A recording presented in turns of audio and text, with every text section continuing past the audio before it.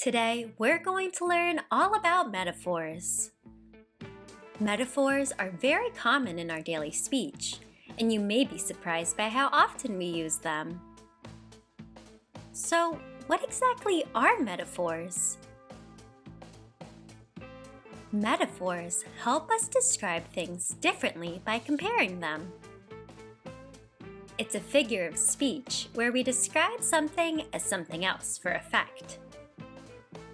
It's a way to make our words more vivid and exciting. Unlike similes that use like or as to make comparisons, metaphors make a direct comparison. For example, a metaphor from William Shakespeare's play Romeo and Juliet is, Juliet is the sun. Here, Juliet is being compared to the sun. Instead of saying she is like the sun, Shakespeare says Juliet is the sun. Metaphors are used to make comparisons between things that aren't alike but have something in common. These comparisons are not to be taken literally, but help paint a picture in our minds. Here are some examples of metaphors. The classroom was a zoo. Your bedroom is a dump. She has a heart of gold. He's a night owl. And here are some famous metaphors you might recognize.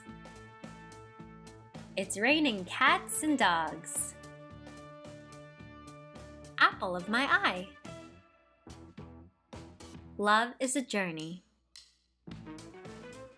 Now, let's talk about different types of metaphors. Extended metaphor.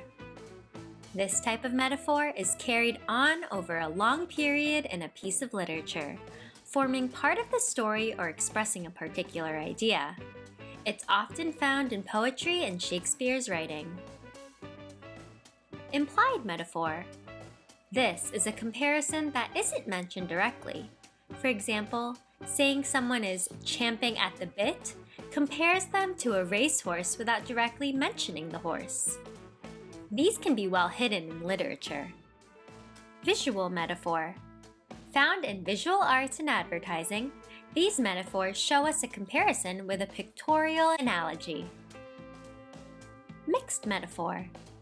This happens when two incompatible metaphors are combined. For example, he stepped up to the plate and called a foul.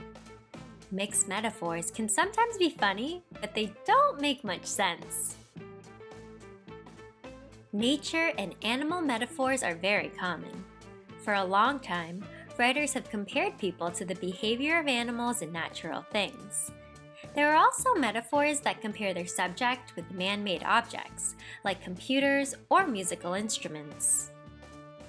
As you can see, these metaphors compare something real with something it isn't, helping us create a vivid picture in our minds. So next time you want to describe something in a fun and imaginative way, try using a metaphor. For more information and resources related to metaphors, head to Twinkl.com.